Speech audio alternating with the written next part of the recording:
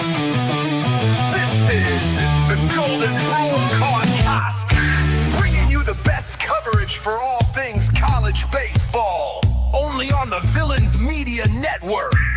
Now introducing your hosts, Jay Johnson's Towel Boy Cody Slovinsky, Vandy Chris Keenhold, and Mr. Cheesy himself, Randy Jowers. Let's start the show, boys!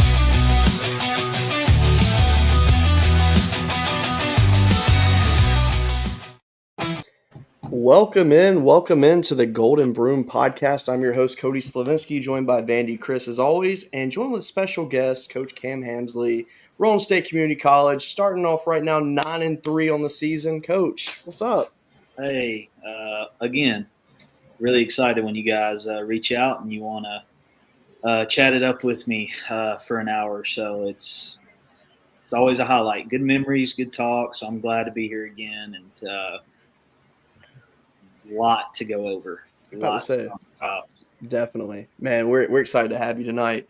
So I'm gonna ask just the easy question right now. You're sitting at 9-3, great start to the season.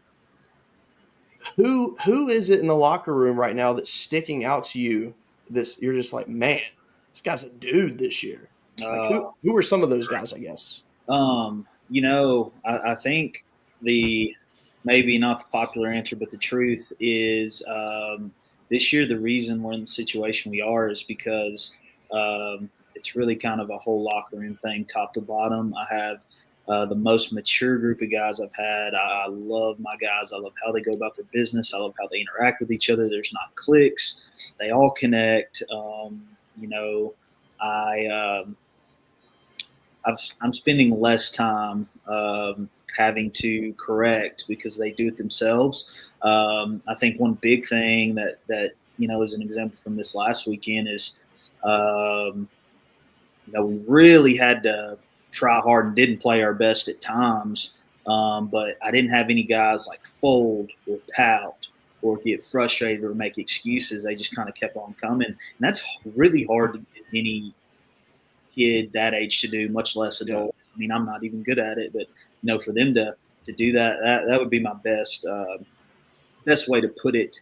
And it's probably the hardest part of my job is I got a ton of guys that maybe aren't everyday guys right now that are really just chomping at the bit and should be in there too. But you just got such a great group of players going after it. But if I had to say a couple guys that have really kind of got us going is Grady Parsons is a pitcher I have that's really like a lot of chatter for us, was how's your pitching going to be like Roane may not have pitching and things like that. And obviously me as a coach, I take that pretty personal. Sure. But you're gonna have critics. It's all about the man in the arena. But what I'm saying is, like, gosh, I didn't know you had to have multiple guys throwing 90 plus to have a good pitching staff. I know it helps, but I'm just saying, I've got a bunch of guys right now in the pitching room that it's just deep. Maybe not the one or two top in talent, like Carter Olaf that's pitching at ECSU right now that pitched for us last year. Very talented. But I've got a lot more depth this year. But I would say Grady Parsons and Jackson Knotts are two pitchers that have done well. Sterling's a new guy that teammates love him, and he's been doing really good to kind of settle in. Those are three pitchers doing well. Trace Horn is a guy that transferred in from Georgia Highlands, and he's just a competitor. He wants to win, and he's brought a lot of good energy. Jake Brune from last year is another good pitcher. And then you just bring back some really mature position players. Cade Martin's our leadoff guy. He's coming back from the torn labrum, so I'm going to try to hold him in that DH spot as long as I can until we get to the warm weather, end of the season. And then I'll get him out to first base some more. But that's a third-year guy. And then Miles Denton is back, and, he's done it already. He's seen it. John O'Pierce, my shortstop, is, again, returner. He's committed to Carson Newman. He's been hitting it really well. He's in the top 5 in batting average right now for our conference. Owen Hutchinson's a true freshman that's come in, and he's pretty much just made it where I have to play him. He's got to be in there, and you want to play him because he does things right. He's more mature than what you would see out of a true freshman. He's had a couple growing pain things where we've had to get on him about, like, just not understanding the fit, like just swinging his way out of stuff when the situation doesn't dictate to. But he learns like that. He picks it up, and that's why he's able to be in there. Like I said, that's where it comes up where it's hard on the lineup stuff because you got other guys that have been here and they've been working, which is why baseball has so many good life lessons in it, when it comes to that stuff. But Owen Hutchinson's been doing great. Carson Yates is our returning center fielder. He's been here. He's done it. He transferred from TSU. He knows. Jacob Bly has kind of been a bright spot for us at second base. He's just kind of been a spark plug kid, and he's a funny character. So he's been good. At first base, Ben Edwards and Zach Wilson are both returners. They've been splitting time and really taking that well. And then at catcher, Mitch Victor and Johnny Larea, both returners, also been spark plug. Mitch had really big hit for us last weekend versus Cleveland State, and it's been doing well. So I can keep going on and on, but all those guys are doing some good stuff. I like that you're so positive about it. That is great to hear. Which, I mean, you're never negative about your team. Yeah, but I mean, I would say, like, baseball is so hard, and yeah, I'm blessed. Like, I got the best team in the nation. I do believe. Like, I don't want to coach anybody else. Like, to me, they're the best for me right now. I'm grateful. We'll have stuff come up that we got to go through as a team, family, and adversity stuff. But that's good. Like, that's what makes it worth it. That makes it all worthwhile. All those things. But yeah, I'm definitely proud to be their coach. They're better than I deserve. That's for sure. So, but it's going good so far. I think we started out 9-3. We lost a weekend series just because of some scheduling stuff that I really would have liked to have that I think would have helped us a little more to start conference play. Because really what happened is I think I scheduled pretty favorable for us to start where we could really build and see a lot of guys and grow because I was able to schedule a lot of home games and we were able to play them. And I think that helped us. But when we did start conference play, like Cleveland State, I think they had, played a couple more games, had it maybe a little bit tougher, traveled a little more. So the first game we played against them, we were just kind of shell shocked. Like, okay, like the level is up, and then we went into the second day, did a lot better, lost a close game, just almost won it, but just didn't execute well enough to. And then by the third game, we caught up to that level at that caliber, and we got us a win, which is big to be on the road in our conference and get a win, just like the SEC, ACC, anywhere else. It's big in our conference too. And I told my guys, I got stuff I'm checking off the list, and I said that's why I'm grateful that you guys put up with me, because I always wanted to be about you guys, but I've got stuff on my mind. Like, there's 3 teams. I've coached a team that was able to beat Cleveland State in the conference tournament and stuff like that. But going on my 4th year as a head coach, first 3 years, did not beat Cleveland State in a regular season game. Swept all of those. Never won one. Boom, they knocked that off the list. That's huge to go do that, because that weekend's been a 3 losses, over the past year. So to get that's huge. And then, going on this past weekend, the best kind of pitcher early in our conference duo. We had to face this past weekend. They came to Roane State. Pellissippi played Walter State the first conference weekend, and they went to Walters and beat them 2 out of 3. They've, early in the season, pitching is ahead of hitting. You'll have your big time bats that are going to come up in these situations early in the year. You'd love to see them execute. Doesn't always happen because they're just not all the way there yet. Mississippi's got an arm, and that's kind of what he came in and did for us. The progression was from Cleveland State weekend to the next one is,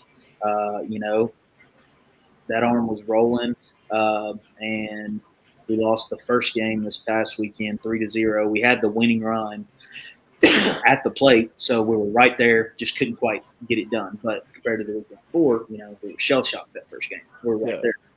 Next game, it was grinding. We had to grind, won 5-3. And then we won the series in the last game 5-4. Something like it, score something like that, But it's one of those where, we were able to grind and get to that next progression. So now going into this next weekend, we've got a doubleheader with Bryan College tomorrow, which will be really nice for us because I think it's going to prep us for this next conference weekend. It's going to allow me to get a few guys in there that I need to see that I want to get them in there and get some opportunities. So then it gives me even more freedom to decide to make some of those choices on things on a conference weekend. And then our next progression is we're going to Jackson State this weekend. Well, now it's time for us to go win a conference series on the road. Yeah. In Jackson State, they with the new conference with Pellissippi coming in, everyone's got a built-in bye week in their schedule. Well, Jackson State, they had the very first bye week, so they didn't play the first weekend. Then last weekend, they went to Chat State on the road to start, after Chat State's already gone and played conference one weekend before. And they got, beaten those 3 games, but they're going to be really hungry. They're now playing at home. They are hungry for that first conference win. So I'm excited just because it's going to be a great challenge for us. And I'm going to try to do all the things right that you can at least do to put your team in a good position. We're going to leave on Thursday, the day before. I'm going to make sure we have somewhere to practice and get some reps in on the way down. We'll get a workout in on Thursday morning. We'll do our scouting meeting. We'll hop on the charter bus and hopefully get a good night's sleep at a decent JUCO style hotel at least. Right. And then play 2 games Friday, 1 on Saturday, and go from there. But that's kind of the layout of what's been going on so far. I hope you guys a good vision. So one of our commenters, friend of the show, Terry Walker, he has asked, hey, Coach, what tier is your team in as far as division goes? Introduce our viewers to Roane State for those who haven't seen us. And he also asked, do you ever play Angelo State? Oh, nice. Well, Terry, thanks for the question. I like the picture you got there. I'm assuming that's maybe of his son, but that's grandson, son, whatever. It's pretty cool. But Roane State Community College is in East Tennessee. It's in between Cookeville and Knoxville. We're probably the most rural out of the Tennessee junior colleges. When I got the job, I was like, hey, We've had a program here, hasn't been doing very well. I want the mindset to change to we expect to win. So we need to have something nobody else has. So I asked the school for an indoor facility. They built it. Last year was our first year with it. We won 28 games. That's the most the team had won since 1991. It's not rocket science. That helped. After the season, I was like, hey, crazy thing is we won 28 games and we didn't even have a team workout because we didn't really have a weight room to do so. School, I've got an awesome administration now that's on it, and they want to see us do well, and they came in and built us a brand new weight room. So those have kind of been two big things for us. It's helped attract athletes and kind of get us there. But we're a Division I JUCO, which just means we have 24 NLIs that I can put guys on scholarships for with the scholarship budget I have. I can have 24 guys on that at a time. And at the Division I level of JUCO, you're able to give those scholarships for more than just tuition. So you can use it for housing or things like that to get your student athletes in there. There's 3 levels of junior college athletics, 1, 2, and 3. And Division II, obviously limiting on what you can give the scholarship for. And then Division III is no athletic-based scholarship. So very much, I guess, comparable to the NCAA levels there in a way. And we compete in the TCCA. Used to be called the TJCCCA, but they changed it TCCAA. So Tennessee Community College Athletic Association. There's 11 teams now from east to west. It goes Walters, Pellissippi State, Roane State, Cleveland State, Chat State. In the middle is Motlow, Columbia, and Vol State. And then as you move to the west side, you've got Jackson, Dyersburg, and Southwest, which is in Memphis. Their field is in Millington. They play at USA Stadium, which is pretty cool, 10 weekends of high-level junior college baseball with a bunch of kids who you'll see our conference every year. There's a ton of kids that get to move on and continue playing. I mean, it is a competitive conference. Probably the most competitive junior college conferences, as you can imagine, is the Florida, the Texas. California is its own thing over there. But, Florida, Texas, Georgia is whoever wins Tennessee has to play the Georgia winner to go to the College World Series for, NJCAA. But it's super competitive. Angelo State, I follow them, as a baseball guy, but I cannot get the money to get down to Texas to play a D2 powerhouse like Angelo State, and I love my guys and I think we do well, but I feel like we'd spend a lot of money to go down there and get thumped pretty good because, they got they're recent. I think they won a national championship within the last 2 years. Mm-hmm. So, it's a big time D2 program over there. But yeah, that's awesome. Thanks for the question, Terry. I appreciate it. Yeah, I saw Walters State right now. They're ranked 15th in the JUCO rankings. It's good. It's awesome. It's awesome for us. Awesome for our conference. We play them in a couple weeks, right? I think at the very beginning of April or the end of March, which we'll be here before you know it. I mean, today, I hope you guys got to maybe get out and enjoy some of that great weather we had today because it was really our first signs of some spring weather today. Yeah, it was nice. Right. So another friend of the show, Sports Bike Podcast, good friend of ours, Oklahoma guy, asked the question, what does it mean to coach being the head coach of a JUCO team when he sees one of your players having success at the next level and beyond? Oh, I mean, obviously it makes you really happy. I think I tell my guys all the time, that you want guys to, if they're going to be here, like you want them to have the intent that this is not their last place to play, that they're going to continue playing after this. And when you see them get to do so and have success, obviously, it makes your heart real big, excited for them.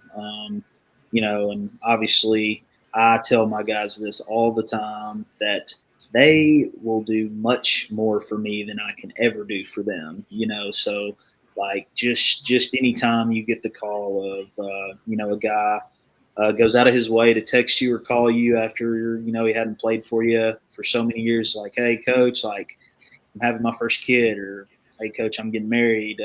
Hey coach, I just got this awesome new job.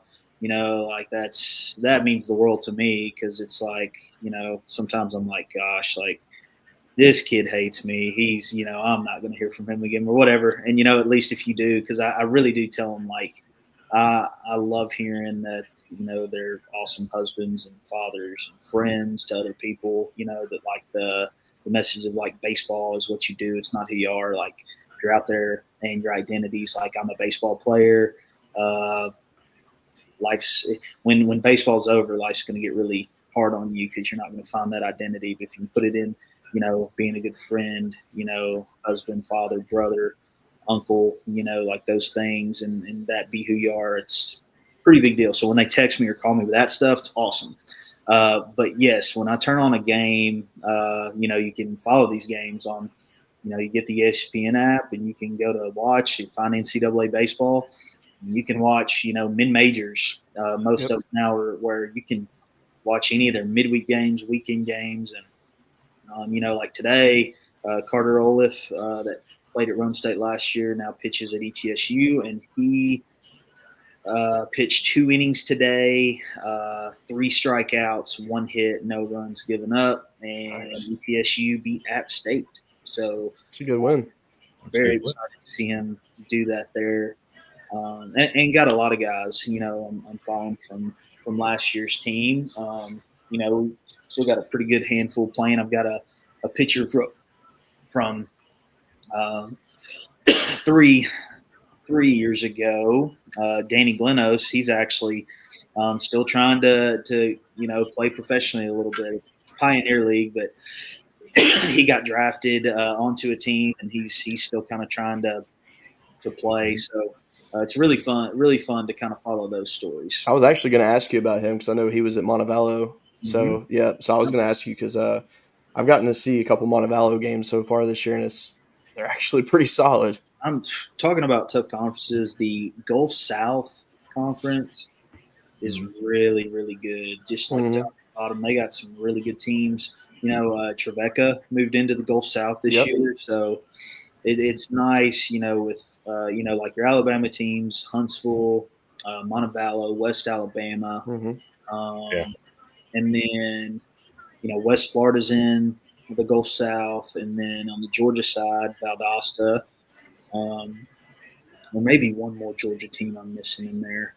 And then, Tennessee, Union out of Jackson's there. Lee is in there, and they've been rolling really well. Obviously, I said Trevecca's in there now. So just a good D2 conference. So let me ask you specifically about 2 of your players that have connections to a high-level program, Miles Denton and Matt Heflin. Of course, Matt's brother pitched at Tennessee. Miles' brother played there third base last year, I think the year before, but I'm not certain. But he was even at Alabama. Yeah. Do you ever go to those guys and ask them for pointers on how did your brothers deal with this with their coaching staff at Tennessee? And do you ask Matt, like, okay, what does Charlie do to help you guys help your brother prepare that maybe I can use? Unfortunately, the answer is no, I don't. This may sound, like it's just the way to go about it is, honestly, like most of the coaches we have, around us are honestly really, really open and welcoming about like answering questions. I think if I had a question for Coach Vitello, I could call or text him and he would get back to me within a couple days. Same for Coach Corbin, Coach Braga at Tech. Usually if I have kind of something go on there, I will go to those places for advice first, because they've been doing it longer than me, had a lot more success. Coach Tom Griffin at Carson Newman's awesome. He's another one. And I joke with I have my assistant Garrett Dalton. It's phenomenal. Gosh, like if we could go on WWE, we would win a tag team championship together. Nice. We would have belts. But we joke that he is in charge of coach relationships, because I'm just not good with other coaches, because I don't talk to them enough, so they don't get my sense of humor. So that I don't bother with them. I let him, because he's chatterbox. He does awesome with them, and he likes to ask questions and learn, and that's why he's such a good coach, and will continue to get better.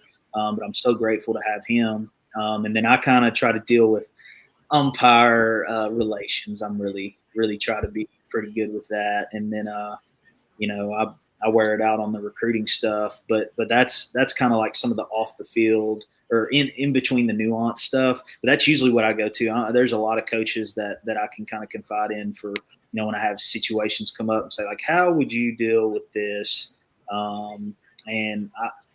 That's the best thing.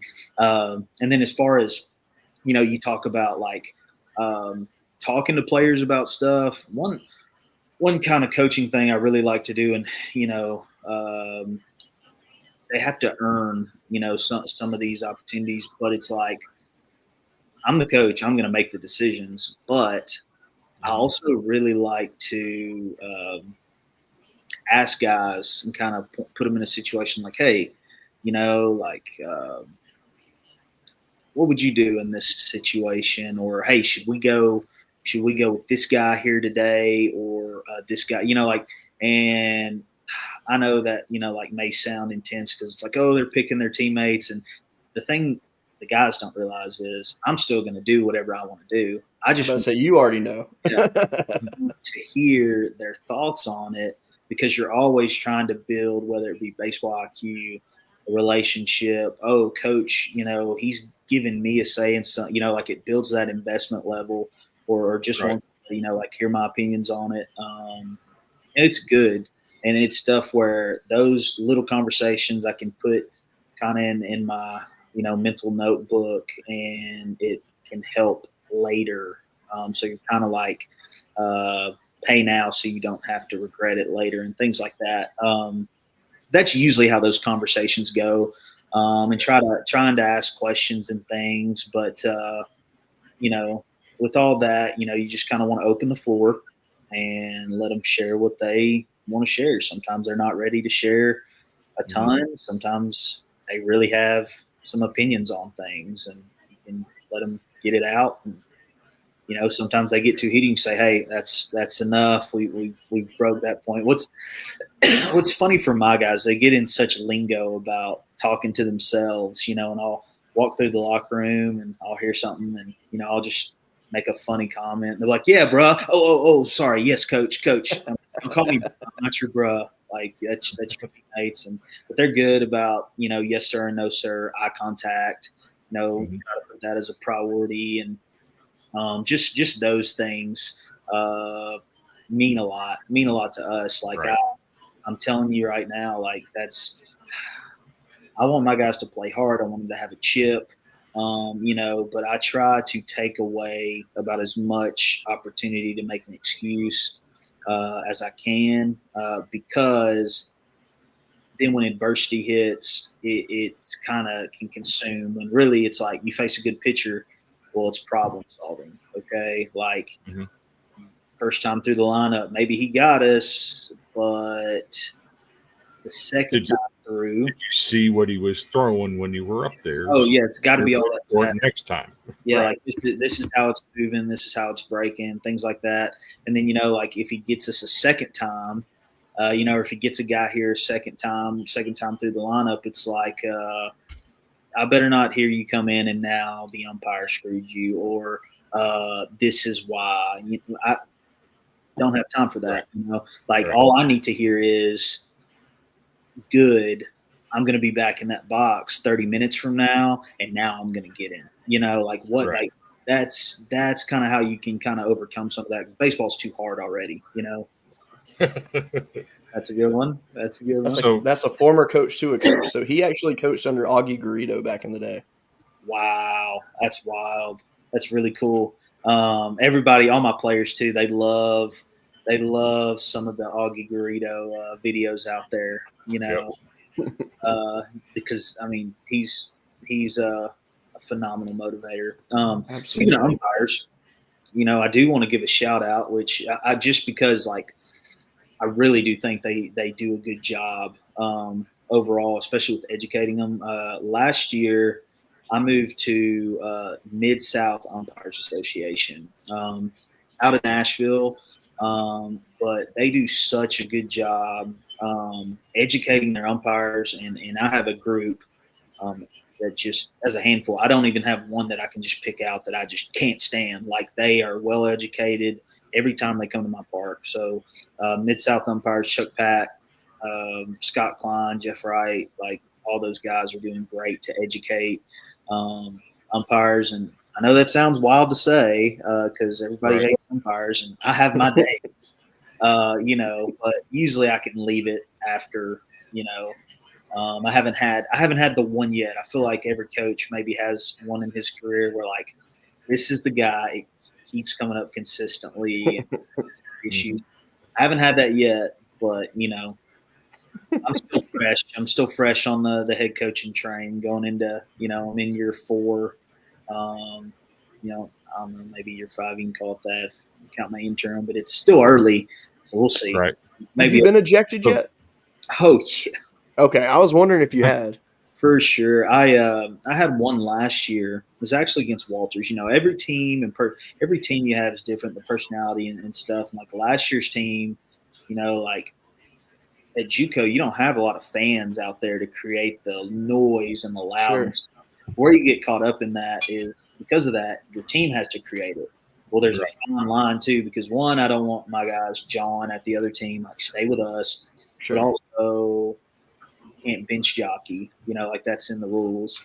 But there's like a fine line there. And, we never had an issue at any of our games until Walter State came to town. And then, for me, I felt like, Walter State probably said something to the umpire. And then all of a sudden it's this big issue. You can't do this, you can't do that, which is fine. I love Coach Shelton. He's helped me a lot. But in that realm of competing, like I'm trying to do everything I can to give my team the opportunity to win. Well, they ended up, like giving us some warnings and like, Coach, you guys need to stop. And I just looked at them and was like, we're not going to stop. Like we're going to continue. And they tossed one of my players out that was in there just, rah-rah and, like banging on the roofs and stuff in the dugout, having a blast. And, because that's what they're doing, honestly. They're just having a blast, enjoying competing. But bench jockeying is the call. So, obviously, I go out there just absolutely irate. I don't know how I didn't get tossed, but I don't even remember what all I said in that moment. Try to keep it PG. But yeah, there's been some other times. There's been some other times where I have I think I'm at 2. I'm at 2 in 5 years, I guess, is what you'd say. So you're not quite Bobby Cox yet. No. Well, you got to be careful because you get tossed. You get tossed in this game, you got to sit out the next game. If you make contact with an umpire, which I've never done, but that costs you like another game or 3 games or something like that. Gosh. And if you get tossed twice in a season, then you got to start paying, extra fines, and it's an extra game. And we just don't play enough games for all that, So you kind of got to pick your situations here. There's a lot of times where, you'll have a bang bang play. And at my level, we can't go to the headsets or get or anything. So a lot of times I'll go out there. Call time. I just go out to the line on my side. He'll come over and I'll say, listen, this is what I saw. What did you see? And sometimes I'm like, hey, I need you to go ask for help on this call because I know for a fact this is what happened. I really need you guys to discuss it. Sometimes they'll change it and they'll see it that way, and sometimes they won't. Sometimes he'll come in, he'll be like, Coach, I had the call. I'm not asking for help. Okay. I had one, again, I said these umpires are still in training, but I had one pretty recently where one of my guys picked off to first base, got the base runner in a rundown, ended up having a play back at first base where we tossed it, he slid in, we put the tag down. Because we had a two-man crew and there were runners on other bases, field umpires way over here. When the final play happened, they both were on top of first base. Home plate umpire made his way down. It's his call. He went safe.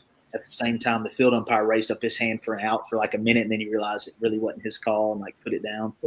They ended up calling him safe. I called over the home plate umpire and was like, "Hey, listen, the reason I'm calling you over here is because you guys are both on top of the play. I know it's your call, but you called him safe. Steve, we'll just call him Steve. He started to race for an out sign. I would love if you guys would discuss that." It was one of those where if they give it to us, game's over. So that's the last out. And he said, we had that discussion on my way to walk to you. I don't need to go talk. We're not changing. I said, all right. I picked my poison. I was like, that's not the one I'm going to get, tossed on here. And very next pitch, I think the guy ended up flying out to left field, win game, all good. I would have been aggravated if I would have had to sit out this next game just because But it's fun stuff. I like the umpire talk. So you talked about your facilities and the improvements they've made at Roane State. Yeah. Our gracious host of the Villain Sport Media Network, College Sports Villains, is asking, USC Union is a great stadium. How did you like it? USC Union, we played them last year. They play in Jonesville, so their field is off campus. I don't know if that's still where they play, if that's still their home park this year, if they're getting a new one or whatever. That one's in a very it's got kind of a historic setup, but I love my stadium. I don't necessarily have anything bad to say about their stadium. I just like my stadium more, But yeah, absolutely. To answer that question, if you enjoy watching a game there, that's awesome. Maybe not my favorite stadium, but I did enjoy my trip. Great hospitality. I ate at a burger place down there in Jonesville, or maybe it was actually maybe closer down in Union, but only took cash, but it was phenomenal burgers and shakes. I wish I could remember the name, but yeah, they're having a good year this year to start too. We didn't, obviously didn't get to play them. That was that scheduling conflict I had. We planned to go down there again this year, but I think they're 10-1 to start. So they're having a really good year. Mm-hmm. Good to see for those guys. Really, really like that coach. I think you got to share the Terry creation. Yes, go ahead. Yeah, so in honor of your great starts to the season, I have come up with a stadium food for your Raiders. Imagine a waffle cone filled with chopped Nashville hot chicken with bacon mac and cheese with blue Taki sticks. Tell you what, I'm in.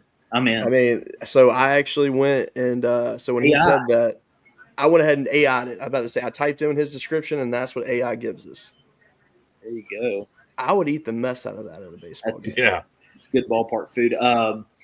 We're actually working on. It's kind of the next thing for us. We're trying to do some improvements to we don't have.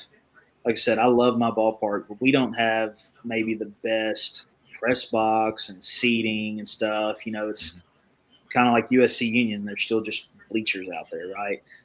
So we're trying to do some stuff where we can get stadium seating, new press box, and kind of improve that setup. Concession stands always kind of spotty, to be honest with you. But one thing I'm super excited about, you guys get to take advantage of it too. I'm sure, you've got some minor league teams where y'all are from, but we're getting the Knoxville Smokies moving, down from Sevierville, Gatlinburg area. So they're opening the new stadium in Knoxville, and I can't wait to see what kind of ballpark food they're going to be, going for. And I expect this summer when I'm not busy recruiting and stuff, I'm going to be checking out some of those games down there because it's not too far from me. So Yeah, that'd be nice. Absolutely. all right, so let's get into some of this Division One baseball. I want to Do talk it, start of the season, what we got going on, and for talk sure. to that baseball. Okay. Yeah, so I'll go ahead and add this graphic right here of all the rankings currently. To give an update, we said earlier, Troy took out Mississippi State tonight. Texas State from the Sun Belt takes out number 1 Texas A&M tonight, 7-2. So that's a big, big win for the Bobcats early on. Hmm. I mean, it's early in the season so far, but I mean, we've seen some insanity to say the least. Telling you, just don't mess with the Fun Belt. Those teams are Yes. good enough to play in any of those big power leagues. I mean, in baseball, it's different. We got like a Power 5, Power 6 going on. There's so many good teams. So, did you see last season by chance the kid on Texas State that was actually using work gloves for batting gloves? Oh yeah, that's a thing. That's I want to say that's been a thing. I'm a little deeper in the baseball world of coaching and stuff, and Sure. you'll see some of those guys. It's kind of the mantra. It's like it's a workman's mentality, right? So they'll go to probably Lowe's or Home Depot or something. They'll get them some cattle gloves or something, and they'll wear those. And I will tell you, they probably gotta put some extra pine tar or some stuff Oh, on for sure. grip, but I bet you they last a lot longer than most of these batting gloves out there now. Oh, yeah. Right, Absolutely. right. I But, remember my dad would get mad at me when he'd buy me new batting gloves and like 2 weeks later have a rip in them or something. Oh yeah, I know. But if you're hitting and you're swinging, it happens just like that. Yep. A couple teams, just like these are off my hot list. Obviously, I know it's a sin, but 2 favorite teams are in baseball are Tennessee and Vanderbilt. I know that's a sin. Don't ask me who I cheer for whenever they play because I'd have to tell you. Been a Tennessee fan longer, so got to go I there. already know. But those are my 2 favorites in the baseball world. But I'm telling you, just looking at it right now, like the 2 best teams for me are Florida State and Tennessee. Like those teams, like we'll see how the season ends and who's at the end because we're just getting started. But Sure. Link Jarrett, Florida State, those teams he's been putting together, they're on the cusp and they're gonna win a national championship at some point. It very well may be this year. Agreed. I love what Vanderbilt's doing. Like they adapted to the NIL stuff and have not necessarily had a bad year at all, but their just standard was so high that maybe the last few years weren't quite up to where they wanted to be, right? But they're still always there, and I love what they're doing, to start this year. And then Clemson's going to be another team that's going to be there, be competitive. I don't know if you guys caught the video opening weekend of Florida has got like a true freshman Randy Johnson-esque kid that's Yes. high nines, just was dominant. It's like, wow, freshman, that's awesome. So they're going to be there at the end. Obviously, LSU's always there. UNC's had a really good start to the year. They have. We'll see what happens there. But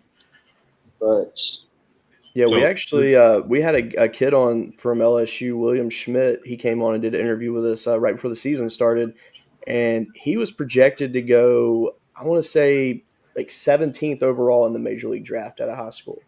And I just want to go to college. And let me tell you, the mindset of this kid is the most amazing I've ever seen from a baseball player. He said, and I quote, "I have no idea how much money I turned down, and I really do not care." that's And awesome. I'm like, wow. And he got his first start last night, and he came, his pitch count was at 30 to start the season, and they extended him to 60 last night, and that boy was winded at the end of his outing. He did Yeah. great. Don't get me wrong, he really did. I think he allowed 1 run and no walks. Like he was really on his A game last night. But he's like a beanpole, but his fastball sits between 96 and 98. His curveball is just ungodly, and he said he's developing a changeup right now. Yeah, well, and like essentially, if he gets to the point where he can find the changeup, land all three of those, I mean, he's a starter. Absolutely. He's a starter. That's the only thing that's keeping him from being. And again, he's early in his career. He's just getting out there and getting to it. So he'll be fine. That's awesome. Did you guys ever get to have on kid that was Simlar from Columbia Central, went to MTSU, I think? Weren't you guys? Yeah. You're talking about you're talking about Connor Bowden. Bowden. Yeah. We had him on the show after yours. Actually, that's awesome. A good kid. He's a really good kid. Yeah, it is. It's cool when you get to talk to some of the guys, about their experiences. Like Matt Heflin. He comes from a baseball family. I've got him over with me. He's been awesome. He's an amazing kid. He's kind of trying to figure out. He's got a little arm stuff going on right now, but I sent him to coach first base this weekend. He did a heck of a job. He was helping us a little bit with you're always trying to get something that extra, like for example, like if the catcher's not going to close his legs, like what we're going to find out what they're calling. That's you got to keep those tight. If the pitcher's tipping, like maybe there's an extra bob of the glove, or maybe there's a wiggle, depending on what, like there's so much you can, you'll find, and we keep a chart of that in the dugout, call it the UCLA chart, because you're trying to get their timing, like you get a runner on, UCL, go to the plate. Well, if I know he's going to go on L every time, we're stealing, we can get a jump. Just trying to get some details like that is just one of the charts, but my team's moved. I bought, cost money, of course, everything does, but we moved to wristbands. So when we want to put a play on or call pitches, everybody on our field that's on defense knows what we are doing or throwing. Still call first and thirds out loud, and usually if it's a bunt situation, bunts up.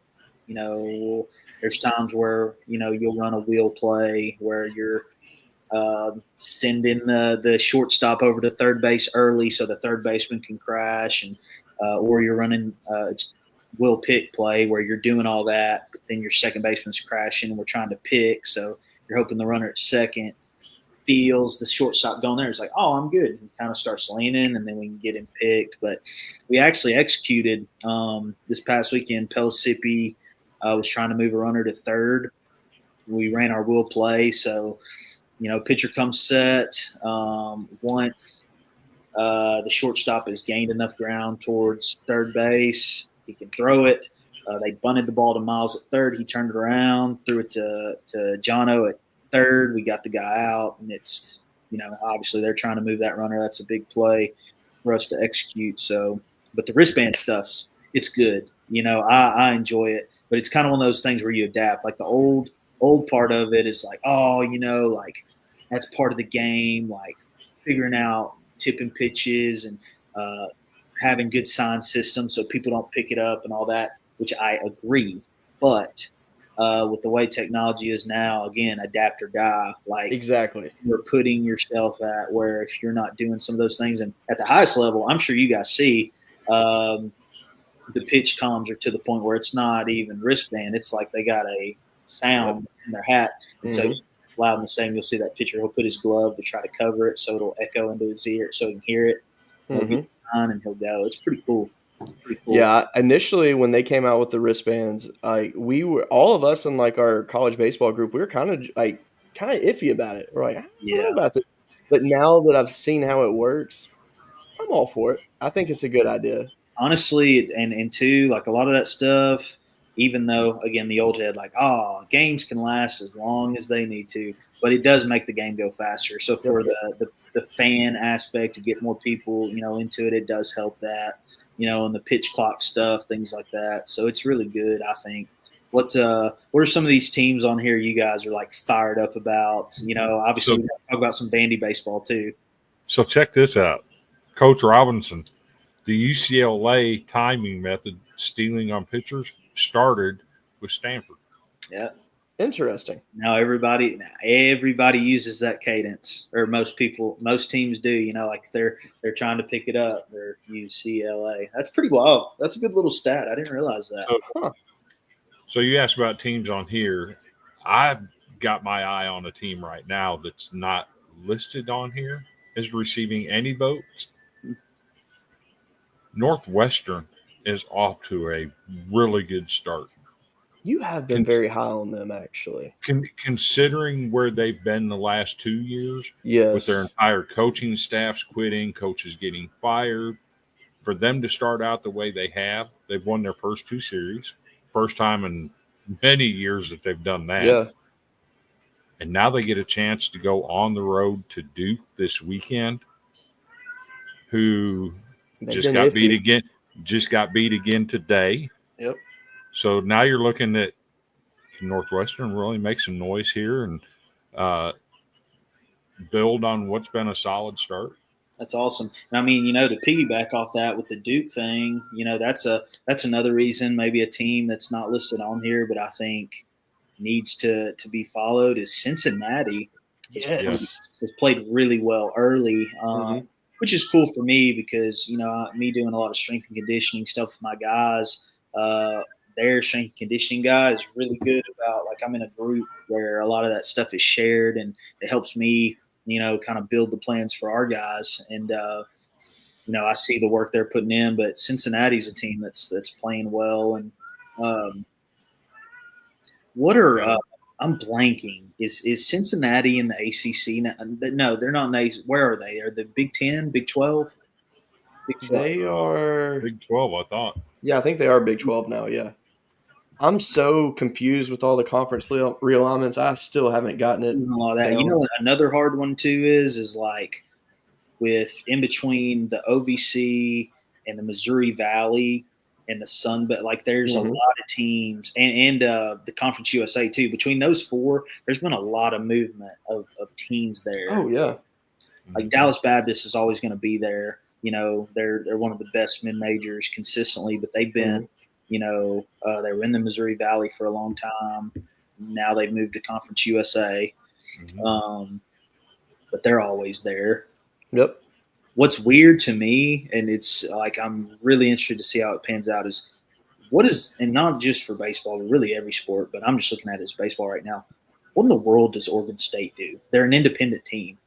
And, like, how do you and to me, I just think about how hard it would be to schedule teams when they get in the thick of conference play. And it's like you almost have to – I know there's plenty of teams probably, but, like, you have to perfectly be able to line out your schedule with the 1 or 2 teams each week. Or they have bye weeks, yeah. Actually have a bye week and hope that they'll come play you. And you can't call the shots anymore, and it's a shame.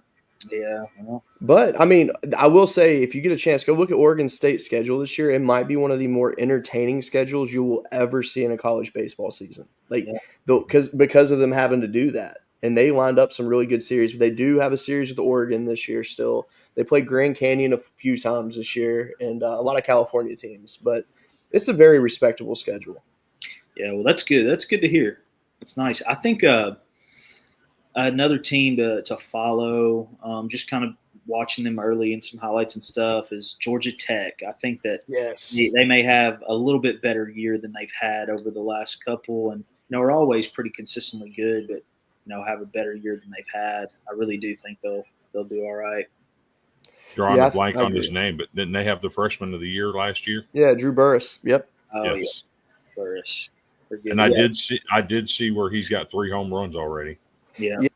Just hit those recently. He didn't hit those week 1. He hit those like just the last few days. Those position players for them, they're deep. They got a lot of good dudes there. So here's a fun tidbit for you. So this season, LSU is doing something that they're not known for ever. They're playing more of a West Coast style of baseball.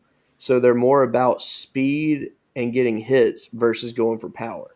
Yeah, he like Coach Johnson, he's smart. He's been doing it a while. He probably looked at the dynamic of the team he had and said, like, we are going to coach this team different, and try to, like, and you try to pick the big three. It's like sandwich method. You know, you look at your team, you say, all right, these are the three things like we are going to really hammer our guys in. Like these are the things that they're going to know. That's priority for us.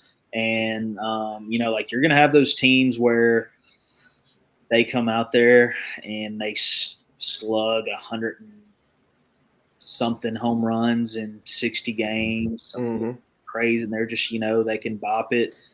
But then you're going to have years where you're going to have to play some small ball, and you're going to be sitting over there and saying, well, I can't just get a guy to first base and someone's going to hit a home run here. Like the mentality is you're going to force something to happen. So it's like we may get thrown out, we may not, but when we get to first base or we get to second base, we're not going to wait for something to happen. We're going to put something in motion. And, 100% West Coast style. Like, let's just keep playing, keep it moving. And, you know, some days will be our day.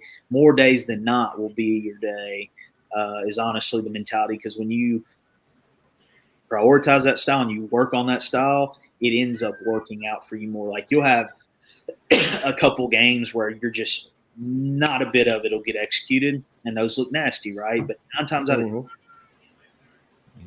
it's almost like getting overstimulated for the other team, where so many times you're stealing, you're moving, you're doing, and it has to keep them on their toes. And so things get like this, you know, it's like a pressure cooker for the other team. Oh yeah. And yeah, Justin LeBron at Bama, that kid against Ohio State the other day, down 10-0, hits 2 home runs in the game. They end up coming back winning 12-10 on a walk-off home run. That was cool to watch. It really was. That's electric. And I mean, that's where, I mean, it's, you know, you get to see some of the depth and what can happen in baseball. That's why they say, like, you have an out. That's all you need. You just need to have one out, because you can't run out the time clock in baseball. So I remember a team that was down 10-2 in the third inning of a SEC championship game and came back to win that. I'm sure you did. I ain't going to mention no names.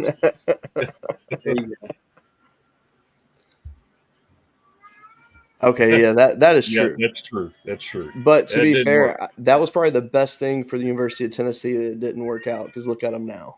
They're on top of a mountain. Yeah, you know, and I will tell you, he's at Johnson University, which is an NAIA school in just outside of Knoxville, and that program, it was basically a fresh start, and then he's taken them over. They're on fire this year. I think it has been awesome, you know, what he's done over there. And then even when he was at Tennessee, you know, like, he got it going, but just not enough to stay. And then, you know, the Tony Vitello and that team was able to come in and kind of get it rolling. But no, it's pretty cool. He stayed in the area, and Johnson University is doing well. So that's pretty cool.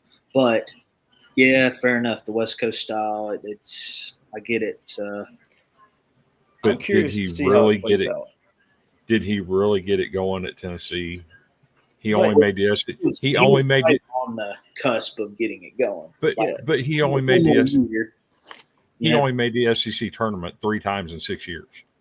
Yeah, but you got to think about it too, though. At that point, Tennessee was not backing their baseball program the way they should have been.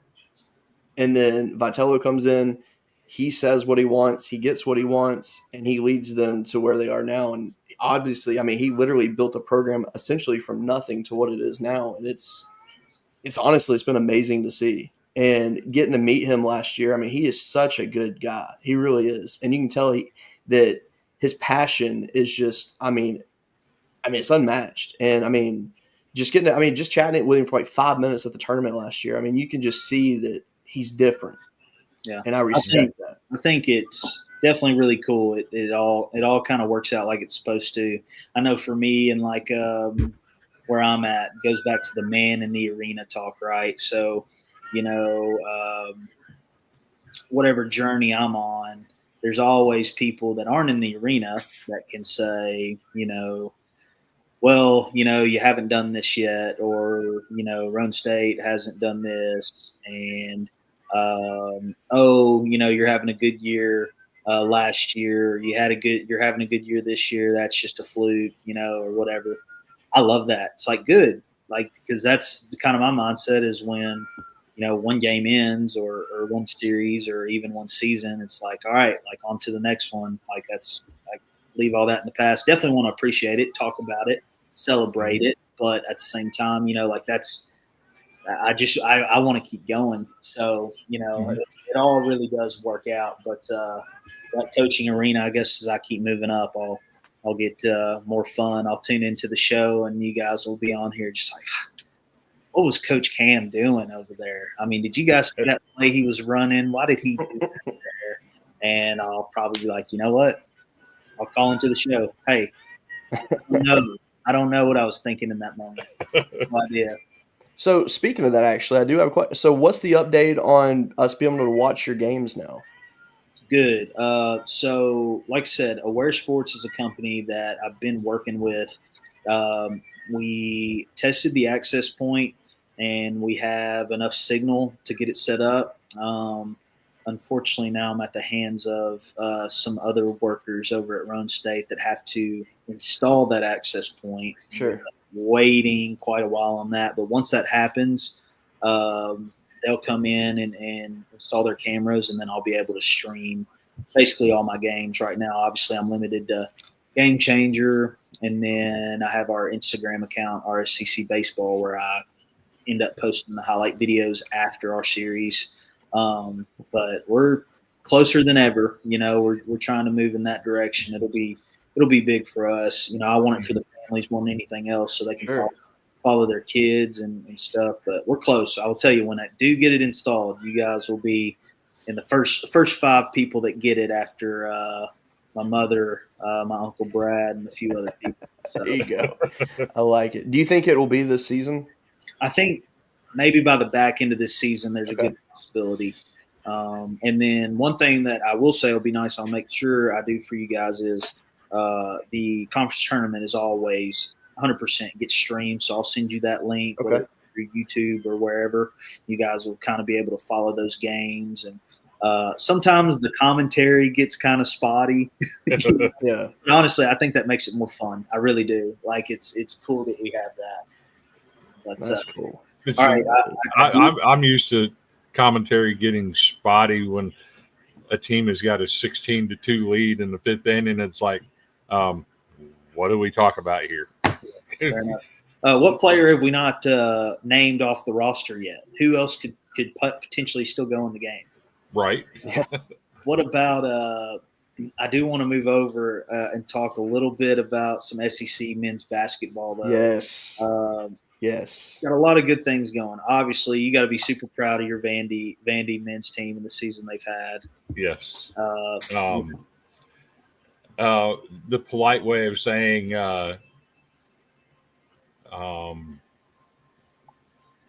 good riddance, Jerry. There you go. There you go. I can't say what I want to say. Yeah. Well, I know I was thinking about you whenever Tennessee was playing Vanderbilt. We should have won both of them. Yeah, fair enough. But fair enough. I won't argue. So, I was thinking about that, and I'm watching the end of the Tennessee LSU right now. So, you're liable to have. There may be 12 teams in the SEC that make the tournament. I think there should be 12. I agree. It's wild. It's going to end up being 13 when LSU wins the SEC tournament. It's going to happen. There you go. Hey, I'm telling you, they've gotten hot. They're playing really well near the end, like as far as close games. Mm-hmm. Georgia beat Florida tonight. That's pretty wild. That was a weird game. Goodbye, number 1 seed for Florida. Yes. I've argued with the Florida fan all day about that number 1 seed. I don't think they should have been in the conversation to begin with. I had Duke in that spot simply because Duke doesn't have that 20-point blowout loss, and they didn't give up 100 points to a 500 team in their conference. To me, Duke has the better resume. Yeah, I mean, I would say Duke. I would put Duke there as well. I get it. I get it. Auburn and Alabama are both playing well. I thought it's been interesting to watch Kentucky's first season without Cal and Mark Pope. Like they got some momentum. They've had a couple big wins, but also kind of fizzled out. I'll be interested to see how they do in the tournament. So what's interesting to me is 2/3 of the SEC is built the same way. Okay. And what I mean by that is they're going to beat teams that they shouldn't beat, and they're going to lose to teams that they shouldn't lose to. And that's 2/3 of the SEC is built like that. And when you look at the construction of the rosters, Kentucky and Vanderbilt are identical. You got 5 guys running the 3-point line with no post play. And in the SEC, that's not a recipe for success. But somehow both of them have made it work. Yeah, that's true. I mean, you're right. That's kind of what, it's interesting when you get into March Madness. I can speak as a Tennessee fan when this happens, but, you'll run into a team that just is absolutely shooting the lights out of it from 3, and your team can't make a shot. And it's like, holy cow, but Vanderbilt could potentially be a team that does that to other people this year. You never know, but at least getting in that national tournament and kind of just seeing what happens. You guys know anything can happen. Any team, doesn't matter. I swear to you, I learned new colleges that are Division I basketball schools just by when they open up the 64 bracket. I'm like, oh crap! I probably have heard of Iona before. Yeah, right. In a minute, holy cow! Where are they at? It's pretty fun stuff. The intriguing one for me this year is St. John's, because if you remember, about a year ago, Coach Pitino went on a tirade and just said, "My roster stinks. My players aren't good. I had to take everybody else's garbage and make a team out of it, and we stink." And all of a sudden, they're one of the best teams in college basketball. So what he said worked. Apparently so. 100%. I'm trying to think about, like I said, I do think 12 teams get in from the SEC. What about, is it Dan Wolken that took the job at Milwaukee? Who's somebody that was a beat writer took Milwaukee in there, and like they're terrible. Like it was like those experiments, and it didn't work at all. Yeah, absolutely terrible. I think it was Wolken. Yeah, I think it was. Yeah, because what's his name? Wojnarowski. He went to be like a AD or something at a school, or however you say his name, or Wojcicki or something like that. Yeah, that's wild. It's wild stuff. But yeah, I'm super excited for some March Madness in the tournament. It's going to be fun. That SEC tournament. If I wasn't in the midst of baseball season, I'd probably try to sneak down to Nashville and catch one of those games. I don't know if they got it, so it's like every year there now. But I think Nashville's perfect to host that SEC tournament. Absolutely. So they should make that permanent. Yeah, they should. What did you guys think about the NHL where they put on that like 4 nations? Dude, that was insane. Like that's like what the NBA wishes they could accomplish with their, getting excitement in the league, because like everybody was like super into that. Yeah, I mean, I hate that the U.S. couldn't beat Canada. Yeah, but one lost the championship one, but the game was electric, and I know you had a ton of people tuning in. That it's like, holy cow, we got this like right in the middle of NHL season. I think that's perfect. Yeah, it was fantastic. I was happy to see fights. That's my thing with hockey. If I'm watching hockey, I've got to see a good fight. And I was happy to see fights. But I got a buddy, he's from Canada, and he instantly after the game, he had a picture of a Canadian goose standing on an eagle, and I was like, man. Great. So, me personally, I had to laugh at the end result.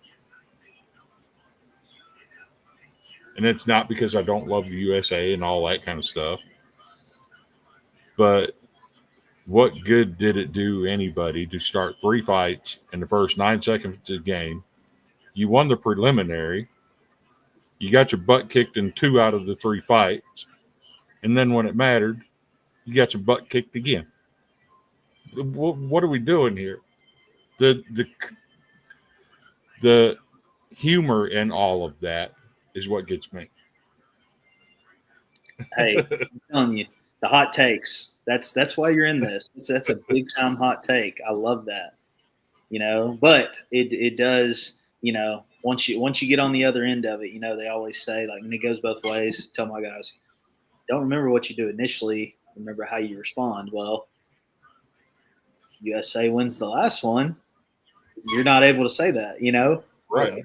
They didn't. Now, that's how it goes. That's how it goes. So It's we not have how you an start, it's how you interesting finish. topic happening right now. So Stetson, as you saw tonight, they played Florida and they ended up losing. They were officially announced that they are protesting the result of the game. I have not seen a protest of a baseball game in a long time. I'm here for it. And there is a image that clear as day shows everything they need to see. So Is it? Let me ask you this: All right, so you can. Is it? You can go to the headsets and challenge. mhm. So if they're protesting, that tells me they didn't have any challenges left, and So what happened? They hit a ball back to the pitcher. It went off his glove, rolled to the shortstop. Run comes in from third, scores. They throw the ball to first, not in time. Called him safe originally. Sullivan called for a replay. What I've read on the 11.7 post about it is they didn't have a camera angle of first base to show whether he stepped on the safety bag or the white bag. And they overturned the call. Oh man! Run comes off the board. Game's no longer tied. End of the inning. And then the momentum completely shifted. Wow. So Well, I don't blame Stetson at all for protesting. If there was no camera angle for them to look at, how can you overturn that?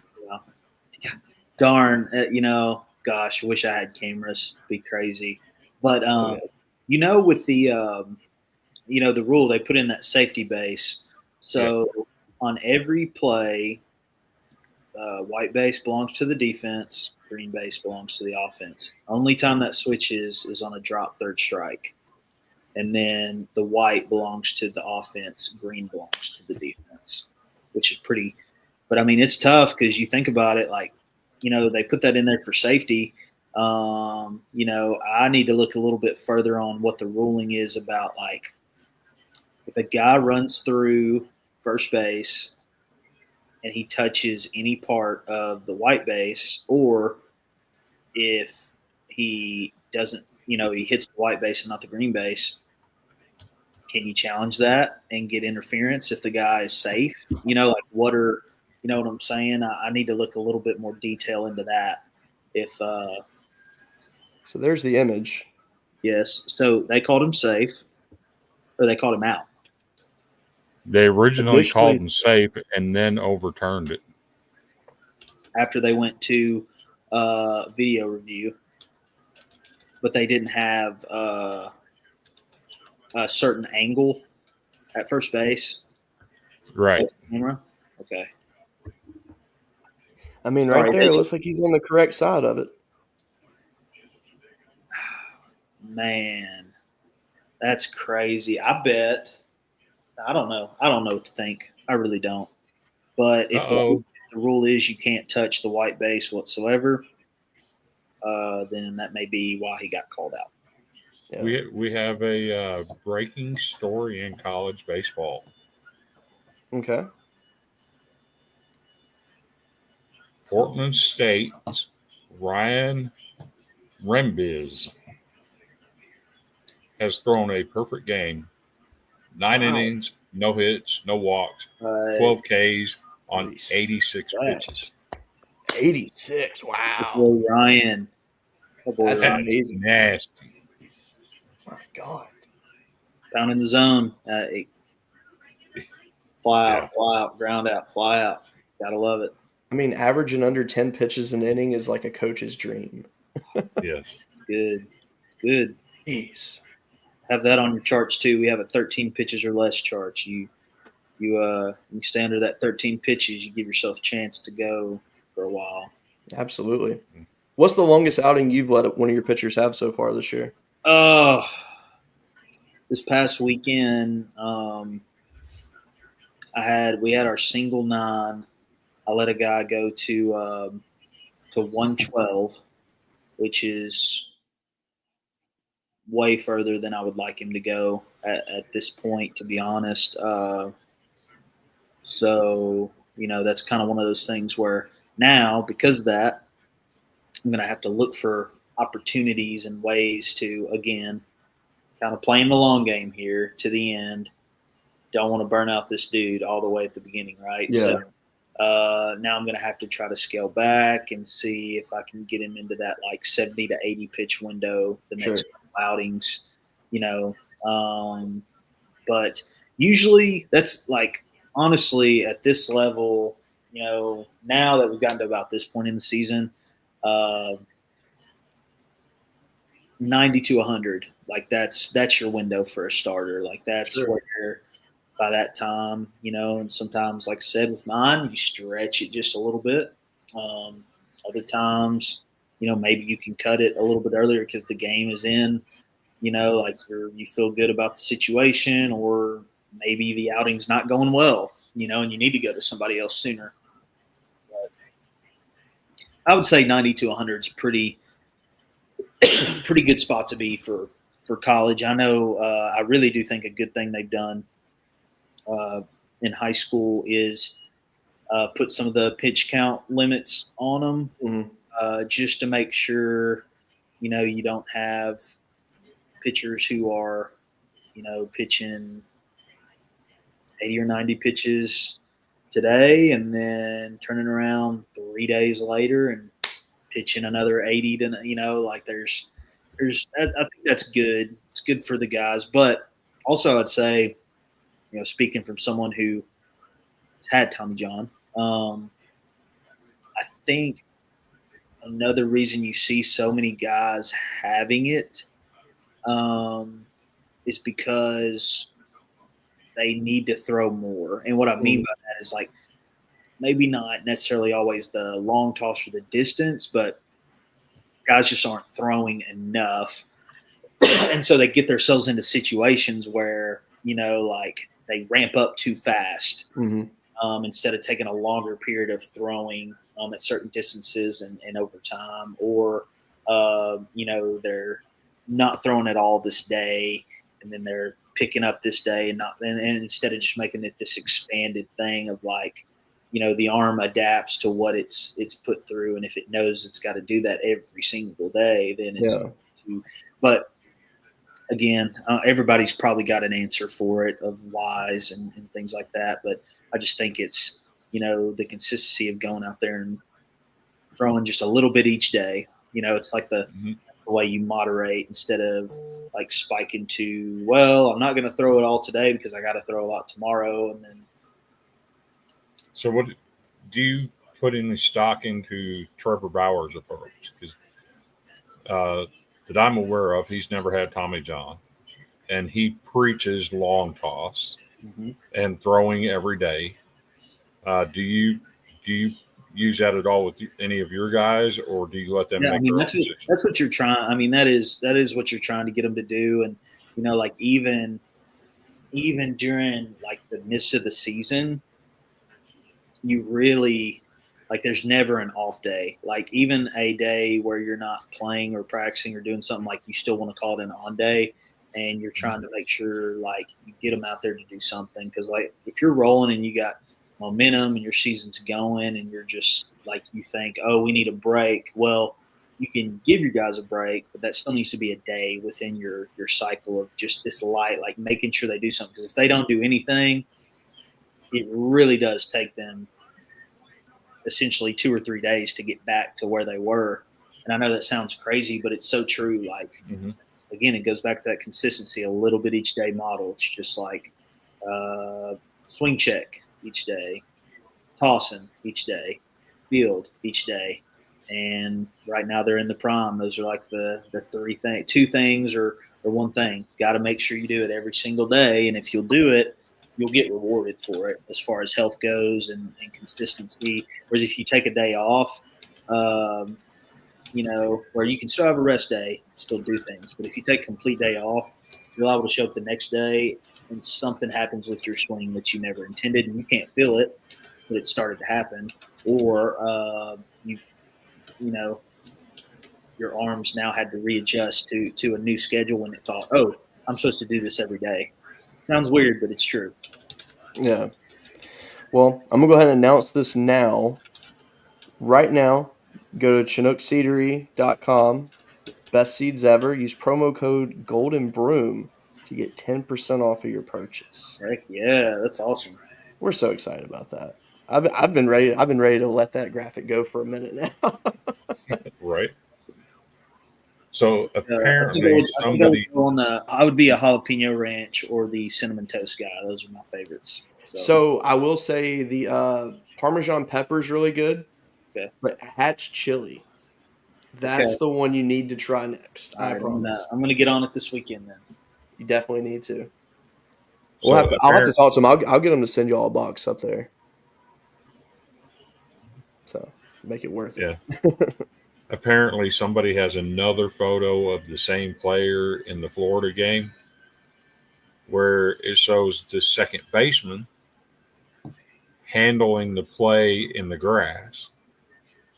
And they're trying to pass it off as this is the play in question. Well, it can't be because the play in question, the ball goes to the pitcher, goes off the pitcher and rolls over to the shortstop in the dirt. So the image they're showing of the second baseman in the grass fielding the ball isn't the same play. That's wild. Yeah, I would say, I don't know. If it's coming into that interference or obstruction at first base, then you would feel like, though, for where that call was coming from, that it would have to be more from the second baseman in the grass, because I feel like that throw from shortstop there, like that picture we saw, if that's playing contention, there's no contact between the defensive player and the offensive player. But if you're just if the argument is off of where he touches the base and what color, what side, I don't know on that. But I would say it was more likely to happen on a play where there's contact between the fielder and the runner. But who knows? Yeah. Yeah, I agree 100%. Let's see what we got over here. I may have a video coming in. I like a good video. 9-inning no-hitter, 1-2. Ground ball to the left side. Charging it is Katayama Stahl. Quick release across the diamond, and he does it. A perfect game for Ryan Renbiz and the Portland Pilots. It's never been done here on the Bluff. And Ryan Renbiz just with the distance. A full 9. 12 strikeouts. Dang. Nice. You know what makes that more special, though, is the fact that he's a senior. I like to see the older guys getting something like that for their last season. You got to say thank you to Andrew, our guy over at College Sports Villains, for sending that to us. Man, that's awesome. Really good stuff. Johnny on the spot tonight. I like it. I ain't complaining. So speaking of Johnny on the spot, do you want to talk about a team that was not Johnny on the spot this weekend, Cody? Yes. Oh, man.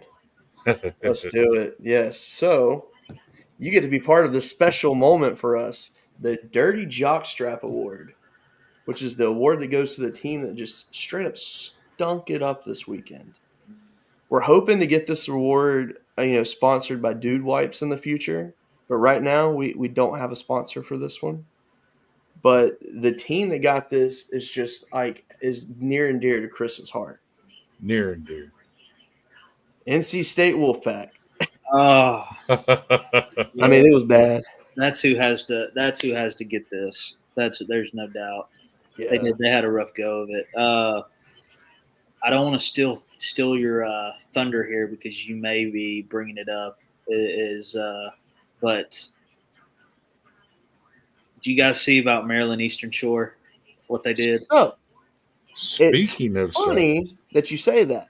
They are actually our mid-major spotlight of the night. I mean, lose 55 straight and then, get one over Tosin, who is, let's be real. Pretty relevant team over the last, 20 years. Yep. That's huge for them. Gosh, I'm so glad you guys brought that up. That makes we followed them so much last year just to see if they won a game or not. Yeah, just hoping they can get it done. And what I found out in doing the research last year, the longest losing streak in history in college baseball previously was 88 games. And it was ended with a win over the team that had the second longest losing streak in the NCAA history. The 55 games ended up being the third longest in history. Wow. In this day and age, that's not a good thing. Yeah. Hey. That's wild. That being said, the big award for the week, the Golden Broom Award for the team that had the most impressive week, that won all their games. You can't lose a game. This is presented by Chinook Seedery. Promo code Golden Broom, like we said, for 10% off your order. But this one was a hard one because you had a few teams that put up some good weeks. So last week, our Dirty Jockstrap winner was Arizona. And then they went and won everything. They did fantastic and won every game last week. So we're hoping that this curse / opposite of a curse kind of thing is working, I think, because last week Michigan got the broom and then they completely just lost it in Texas this past weekend. But this week, it was a tough one because Alabama had a very impressive weekend. Yeah. Mm-hmm. But there's one team that had a little bit better of a weekend than them, and that is the Oklahoma Sooners. You get 2 top 10 wins in back-to-back days. You can't top that. That was big Round Rock Classic there. I'm really looking forward to seeing all those teams play in Houston this weekend too. Oh yeah, that's awesome. That's Tennessee actually gets to play a team with a pulse for a change. Oh, here we go.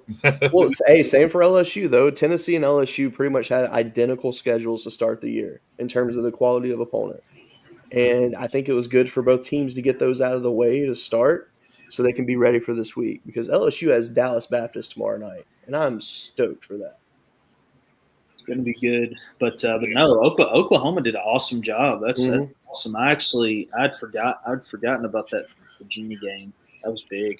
It was, yeah. So they have the Witherspoon twins, who are their 1-2 punch at pitcher, and then their number 3 starter is Cameron Johnson, who transferred from LSU.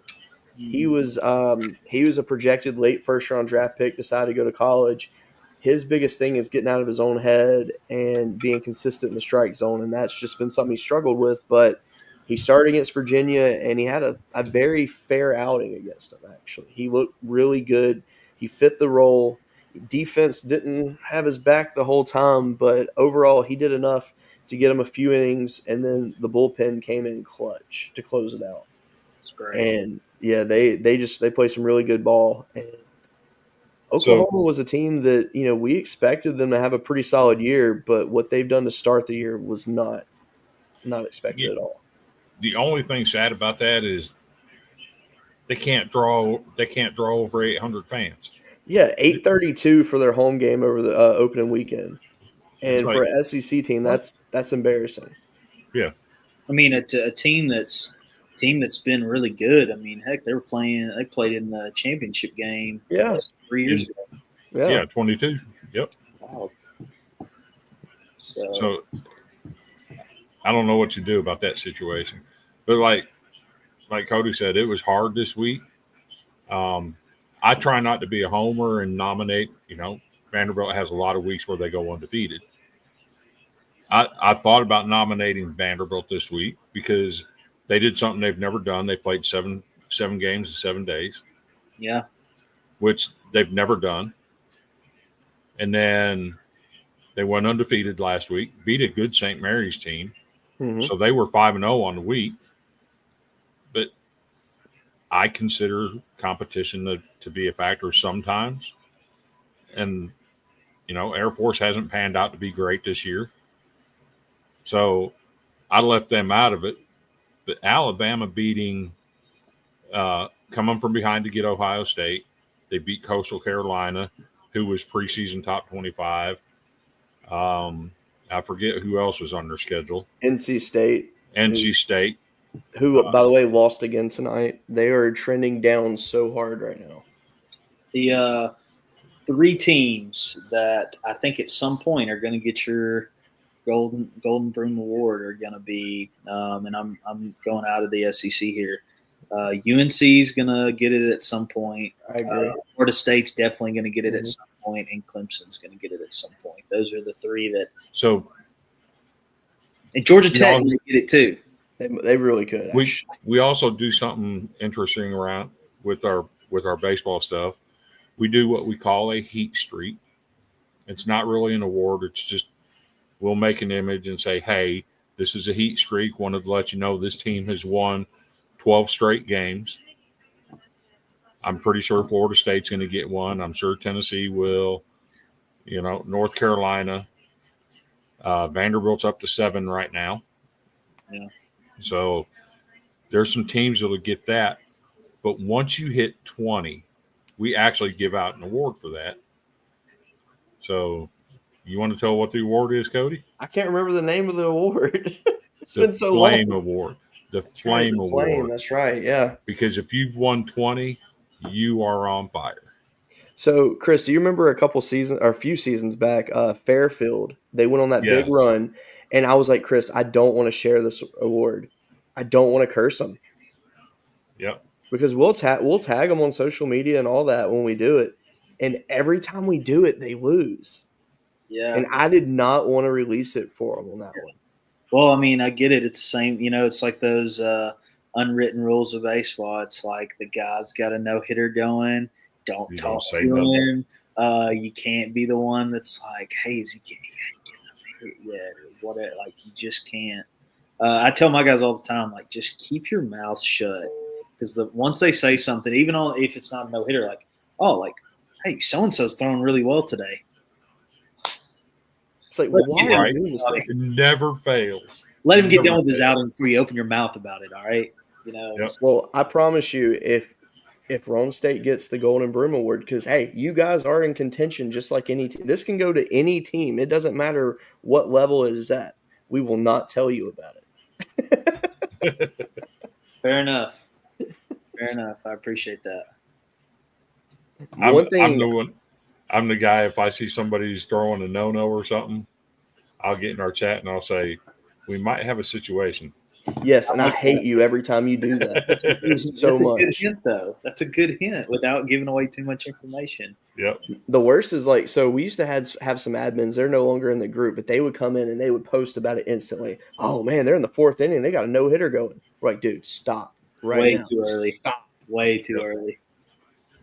It kills me because when I'm so I went to a Vanderbilt Alabama game a few seasons ago when they before Alabama had their new stadium, and so they're playing in Hoover, and Carson Fulmer was throwing for Vandy, and he had like a 1-hitter going, and I had never stayed so quiet during a game because I was just like I'm going to be the one that jinxes this for this guy. Right. And then when he allowed the 1 hit, I was like, thank God, because. But, man, that was one of the coolest pitching performances I've ever witnessed in person. So, fun story. The night Kumar Rocker threw his 19th strikeout in the super regionals. So my better half, Marla, she had gone to rehab. She was still there. And I had gone to Alabama to visit her mom to go to her daughter's graduation. Had never met either one of them. So I'm there. This is going on. I'm like, I can't even text Cody. He's like an hour away from me. And I'm like, I was so nervous just following on Twitter, getting the updates before I said a word to anyone. Oh, yeah, you were gone. That's great. You're right, though. Can't jinx it. Can't jinx it. So, well, that's good. Well, guys, y'all know I've got a noon game tomorrow, and I got a big early day. But do want to say thank you guys so much for always having me on, chatting it up. And hopefully in maybe about a month or two, we can get back on and see what some of the predictions we've made have done for the season, and we can kind of catch up so we see some more big time performances. That'll be awesome. Absolutely. So we'll have to plan it out somehow. Oh yeah, definitely. But what I'd like to do at some point is get a couple of your guys like Matt and Miles, get them on the show and have Randy on with them, get some chatting going on with him. Randy was part of In Off the Bench, one of the original founders. Yeah. He's since moved on from that, but he's still great friends with all those guys. And that's what they do. They get on there and just let the players tell their stories. That's great. And they pick and have fun with them. But I'd love to get Miles and Matt on if you're willing and they're willing. Get them on and let them talk to Randy and us and let them tell their stories. Because I know Miles has been through some stuff. That would be the just best. Love to hear it. Yeah, that would be the best thing. I think if I could get a couple of my guys on here. I think you guys know from doing player episodes already. It's just cool. It's just different. It's a breath of fresh air, and it's just it really brings something to the show that you really can only get if you're able to catch one of those guys and get them on. So we'll set that up for sure. Absolutely. I know they'd love to do it because you give them the opportunity to tell their story, but more so than that, you give them the stage to give their opinion on some sports stuff, some baseball. They'll absolutely do it because that's all they're talking about on their side combos anyways. So last thing I'm going to ask you real quick. I know that you guys do like some fundraising for your baseball program and all that. Where can people go to donate if they want to or anything like that? That's good. The easiest way I think is just, get in contact with me, and you can mail a check to Roane State Baseball and just send it to the school with my name, and I'll get it. But the school does have where you can go to, Roane State. You can just Google Roane State Athletics donate, and it should take you to the page where you can drop down, donate online, choose it directly to go to the baseball program, put in your information, or sometimes people like to be anonymous. And that goes directly to me in the way of I'll get a notification, and obviously those things are big time in helping us continue to do what we do. Because as you can imagine, we do have to do fundraising to make sure our program's running at an elite level. We always do an hour-a-thon at the beginning of the fall, and that's always fun because it's my guys just spend 1 hour just calling, 20 to 25 people, getting on the phone with them and, talking to them about our fundraiser, but then, just really catching up, which I think is a good tool for them to do.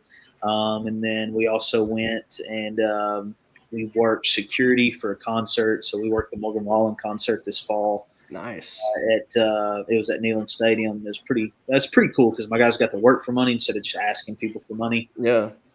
But yeah, I appreciate you asking that because donations go a long way for us, and I'm definitely grateful because you can imagine I try not to, but I stress about the money managing of it all, of running a elite program, giving my guys the best experience, while they're here. That's what I try to do. Yeah.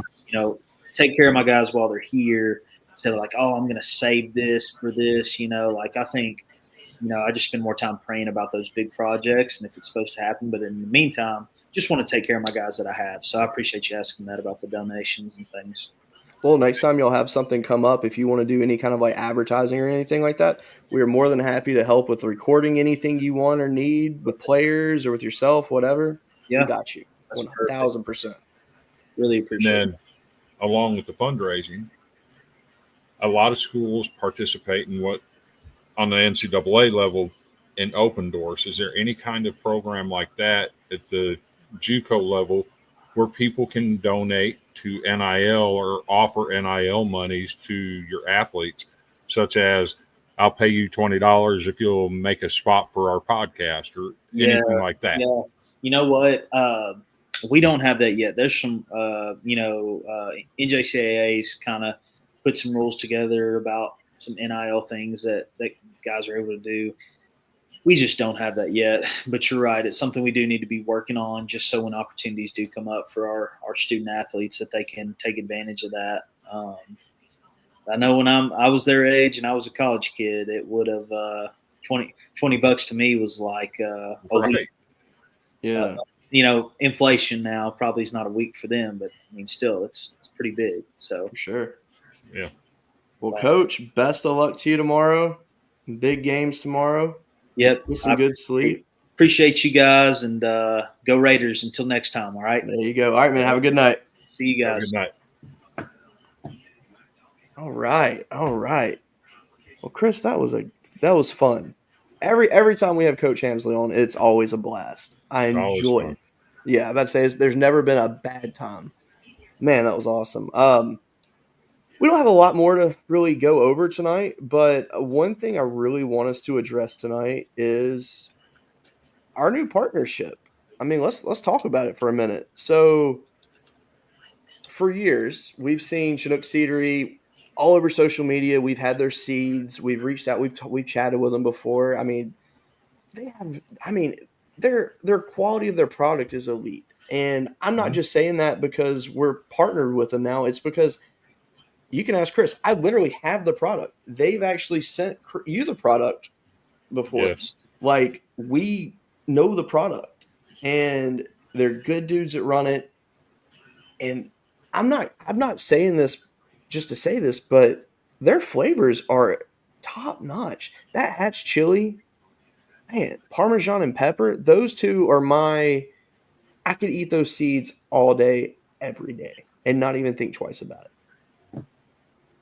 I mean, they're just so good. And I'm beyond thankful to be working with them. I have some ideas in my head of some stuff I want to do in the future. Can't wait to share that with you guys. One thing too, you may notice my hat, the Golden Broom podcast hat. So I know Chris wants one, but so my birthday. Can't believe you didn't order two and send one to me. I know. But so my birthday was last Monday, and so for my birthday present, I ordered myself a custom hat. I've wanted to do this for a while. I wanted one of our previous show. I wanted one of this one.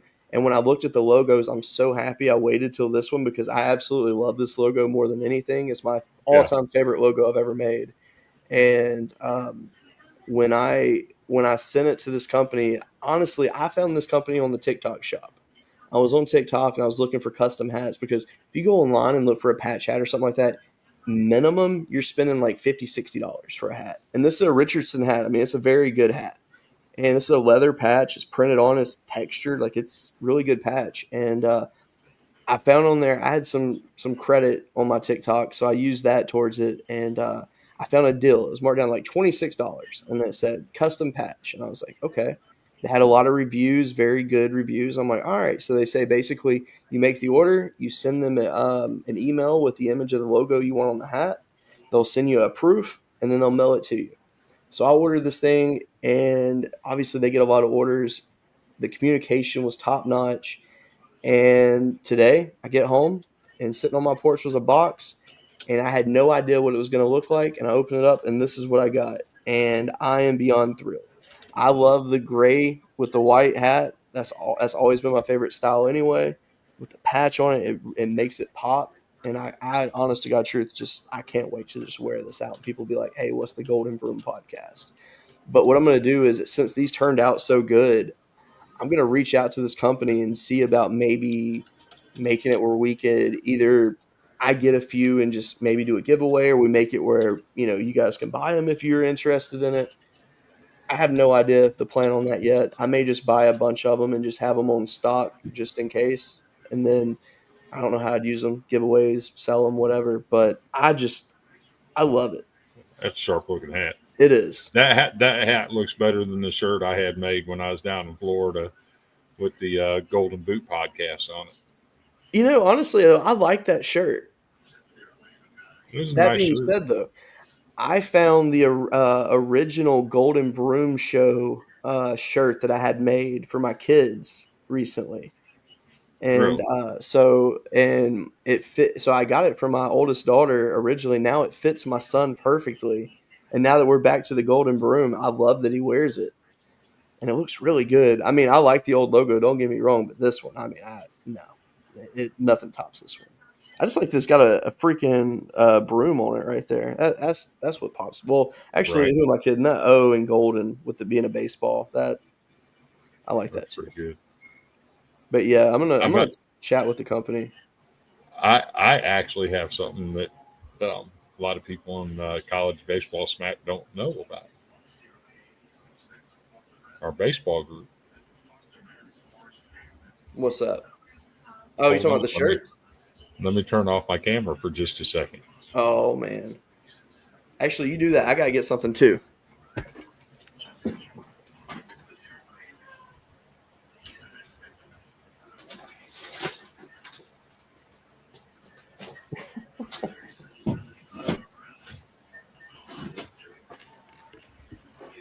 I bet what I have is the same thing that he has.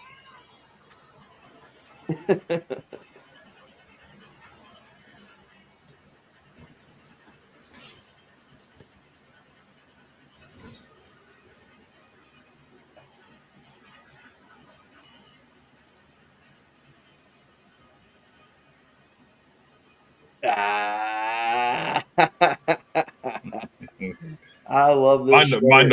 Mine don't show up as much. I've got about 10 of them things. Yeah, so mine. I need to start giving them away. I was about to say, you can see mine's pilling a little bit. I like to wear it. I love this shirt. Yeah, this is one of the coolest logos that we've had, actually. Remember you did them in team-specific colors? Yeah, I sure still got my Vanderbilt one. Do you really? Oh, nice. And the LSU one popped. Oh, yeah. That was what I was hoping, too, with the LSU one. Hey, check this out. Dominic Ambrose is heading for the NFL Combine tomorrow. That is going to be fun. Man, I hope you get to grease some palms up there and have a heck of a time. That's going to be so fun. Man. I can say NFL Combine is like on my bucket list of media things to do. Yeah. Honestly, covering an NFL game in person, I think, would be a lot of fun. We may get there someday. Yeah. I just want to get into the SEC tournament. That's all I care about at this point. I swear, if I get snubbed this year on media, I'm going to lose it. I think I'm going to have to build us a mock website just again so that – because I shut the other one down, obviously. And you've already built two. I know. Well, the other one I shut it down though because my God, they were trying to charge me like $80 to like extend it another year, and I was like, I'm not paying $80. The one on WordPress? Yeah. Really? Yeah, and I was like, I'm not doing that. Oh no, you're thinking about a different one, not that one. No, that was just the basics. I'm talking about that. Remember the one I made for the podcast, and it was only podcast specific stuff on there, like videos and all that. I never looked at that one. Exactly, because I never shared it very much. I just had it as just like a footing to show that we had an online presence per se outside of social media, and which I need to get us another one of those set up because it would help us probably in the long run. But yeah. Well, and also, I want to give a shout out tonight. I don't usually shout out too many outside like media organizations, but obviously, I got to give a shout out in off the bench because We love their Yeah, stuff. Jim was in the comments tonight. Yeah. Always supports us. Dude, I think he's looking at potentially 19 former guests being in the major leagues this year. That's just unheard of. And then also, my new favorite college baseball go-to, College Baseball Central. And so over the years, I've known about him for the last couple seasons or whatever, and I hadn't really paid attention to him much because I only recently, like the last probably year, I've gotten pretty big on Twitter again. Yeah. And I will say, in preparation to the season, their content easily rivals D1, easily, if not surpasses it. That's College Baseball Central. That's Noah Darling and those guys, right? Yes. Yes. And They do a podcast every Saturday morning. Mm-hmm. Yes, and it's fantastic. It really is. And then Noah's got one. It's Truck Stop Baseball, and I will say that he has become one of my favorite accounts to follow on Twitter because like the posts he makes just crack me up. Like the other day, he had one like he was flying down to Arlington for the baseball series, and he was talking about how he didn't realize that he had to prepay for internet on the flight or whatever. And he said he leaned over to the guy sitting next to him, asking him for an update on the Michigan game. And I was like, dude, that's just funny to me. That's great. But no, those guys are great. I didn't understand their style at first, but then as I actually got to see it more and interact with them more, I like their stuff a lot. They're more relaxed than D1 is. Yes. So they really live that mantra for the fans by the fans. Mm-hmm. And I like that a lot. And they are definitely a group I want to keep following because their rankings are actually pretty solid. If you want a good source for stats and breakdowns on RPI and things of that nature, Warren Nolan is a good site. Yep. Warren Nolan is my favorite site to go to for like the nitty gritty of things. And then also 64 Analytics is another one that I'm a big on now. And I like 64 Analytics because they're kind of like the PFF for baseball. Mm-hmm. And I like that a lot. So I learned about one today. I have no idea. Yeah, I saw. I looked at it for just a second, and my baseball mind isn't on that level yet. No, same. I was like, what are they talking about on half the stuff? I don't understand what college stuff plus is, but looking at the site, it has something to do with velocity combined with spin rate. Yeah. I wish I had the time to break all that down. Right. Because if I did, I would do it in a heartbeat. If I could make college baseball my career, I would. But it's always going to be a hobby for me. And you know what? I am okay with that. Oh no, we're going to make it a job because we're going to build this thing up. Oh, we're going to be the number one podcast on college baseball. I have dreams, my friend. Oh, I mean, I do too. But I have told myself though, I am perfectly content if this always stays a hobby for me. Right. Yeah, I'm okay with that. So like, obviously the goal is to make it to where every week we have a paycheck coming in from it. But if that never happens and we just keep doing what we're doing, I'm all good with it. Right. So, yeah. But man, this has been a good show tonight. It feels weird going 2 hours again. Yeah. But no, it's been good. Chris, what's your final thoughts for the evening? Final thoughts. Season's here. It's getting fun. It's interesting seeing some teams do some things that they haven't done before. Roane State's one of them. Yep. Northwestern, seeing UMBC, Maryland Eastern Shore win their game. That was good to see. But above and beyond that, I enjoy building relationships in this game. Yes. You know, and off the bench, Randy coming over, you know, joining us, Coach Hamsley, some of the players that we've had on. Relationships matter. Yes. And I've had a great time building relationships. I look forward to building more in the future. Absolutely. Absolutely. Stay Yeah, I'm with very us. excited. You'll have a relationship with us, and I hope to never sell you short. Absolutely. Same. Well, my final thought is this. I need to give a shout out to the University of Georgia. And the reason I'm doing that is because last weekend they did something that I can't recall seeing. They hit a team cycle. In the same inning, they hit a single, a double, a triple, and a home run back to back to back to back. You don't see that. Mm-mm. You're getting a perfect game tonight. You got a team cycle the other day. We're 2 weeks into the season. I mean, my goodness, I can imagine where the season's going.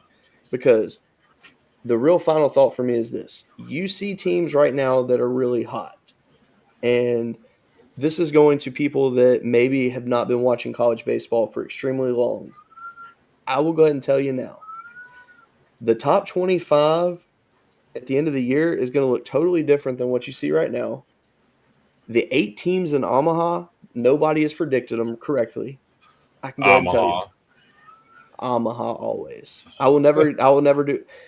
I tried so hard this week to do Omaha. I can't do it. We played them, and still I could not get through the Omaha. I can't, and I'll never change it. I can't do it. But no, So one thing to consider, you're talking about the rankings are going to change. You have cold weather ball and then warm weather ball. And yes. they're two totally different things. Yep. You'll see pitchers that struggle early in the season and get hot at the end. Because of the ball grip. Some guys can't feel the ball in the cold weather like they can in the hot weather. Kumar Rocker's a perfect example of that. He'd struggle in the early season and have bad innings. But then as it got hotter, the way he gripped the ball was different. And you'll see pitchers that might be throwing gems right now that later on are going to struggle because the feel of the ball. Absolutely. So that's going to be interesting to watch. Yeah, I mean, it's just like how when Michigan made it to the national championship a few years ago. You know, they started out just basic. Those northern teams, that's the teams you got to watch out for because they may be a good team on paper and not look so hot early, but when it matters, they're playing some good ball. And that's what I like about this year in baseball is you're not guaranteed to see all the powerhouses make it to the end this year. I mean, mid-majors are stepping it up early, and I'm liking what I'm seeing out of them. I mean, Texas State went in 7-2 tonight over A&M. I understand it's a midweek. Midweeks don't hold very much weight. Like, A&M losing that game is not going to really hurt them in the long run at all. But a team like Texas State, that's going to boost them so much when it matters. And that team has been on the verge of being really good the last few seasons. And getting this win tonight sets them at that point. You know, also shout out UAB. UAB has been a team that's been on the cusp of just finally breaking through. Well, they're sitting at 6-1 right now. They just swept South Alabama, who's been a perennial in-state powerhouse for over a decade. Teams are stepping it up right now, and I'm loving every bit of it. Now, don't get me wrong. It's LSU till the day I die. But seeing the little guys step it up and play good ball and get into a different level, I'm all for it. So that's all I got tonight. So thank you guys for watching. We'll see you next week. You never know. We may even do a random pop-up show here and there. We don't know what we're going to do with this thing yet. Right now we're doing 1 day a week. We might have to go back to 2 days a week because I don't know about you. I feel weird doing 1 day a week. Yeah. And maybe it's because we've done 2 days for so long, but with baseball, the way it's scheduled, Chris knows my rule. I will not do a podcast during my team's game. I refuse to, and I'll never change that standing. I can't do it. So, but yeah, that's all I got for you tonight. Have a good night. We'll see you next Tuesday. Probably see you on social media because we got some graphics to share. So y'all have a good night.